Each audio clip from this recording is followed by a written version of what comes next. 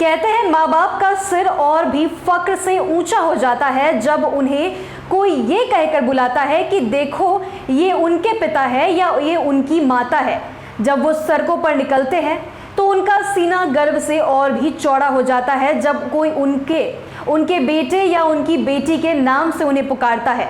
हर माँ बाप का सपना होता है कि उनका बच्चा पढ़ लिख कर कोई अच्छा आदमी बने, और ऐसा ही सपना साकार हुआ है बिहार की एक महिला की, जो कभी एक कार्यालय में चतुर्थ वर्गीय कर्मचारी थी और आज उसी दफ्तर में उनका बेटा एसडीओ बन गया है और बड़ा अधिकारी बन चुका है।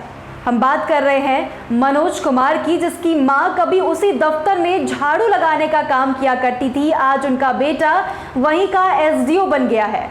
ये दृश्य जहानाबाद अनुमंडल कार्यालय में देखने को मिला है, जहां पर अरवल जिले के अबगीला की सावित्री देवी का जीवन संघर्षों से भरा रहा।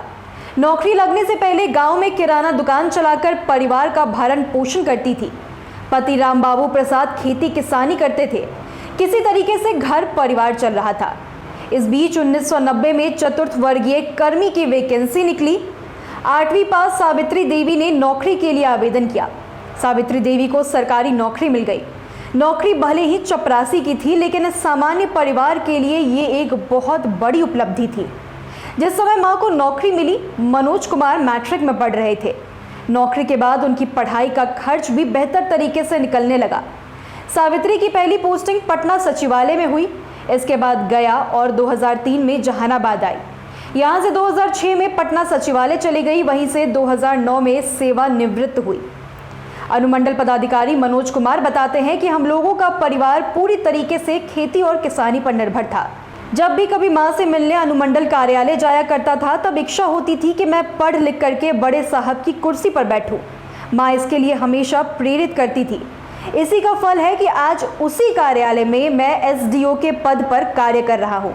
एसडीओ के रूप में मेरी पहली पोस्टिंग जहानाबाद में ही हुई। इससे पहले पटना में ग्रामीण विकास विभाग में अधिकारी थे। वहीं से नौकरी की शुरुआत हुई। सावित्री देवी बताती है कि आज बेटे को देखकर गर्व की अनुभूति होती है। बेटा अनुमंडल पदाधिकारी है, लेकिन वो कुर्सी आज भी मेरे लिए उतनी महत्वपूर्ण है जितनी पहले हुआ करती थी। तपस्या सही होती है तो फल उसका जरूर मिलता है, और ये कहानी थी बिहार के जहानाबाद के एसडीओ की।